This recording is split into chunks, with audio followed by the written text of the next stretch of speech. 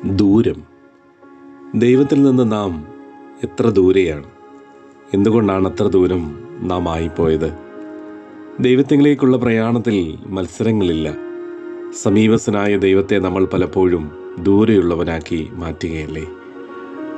ദൂരെയാക്കിയ ദൈവത്തെ അടുപ്പിക്കുവാൻ നമുക്ക് താല്പര്യമുണ്ടോ?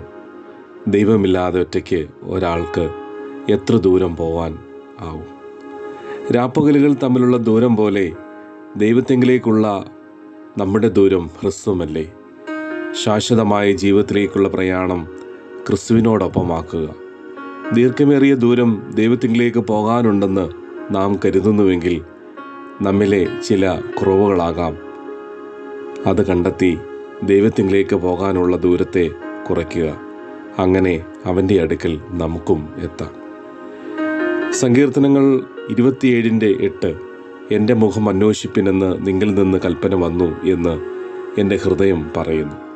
ഏവർക്കും ദൈവിക നന്മകളാൽ നിറയട്ടെ ഈ ഒരു ദിനം.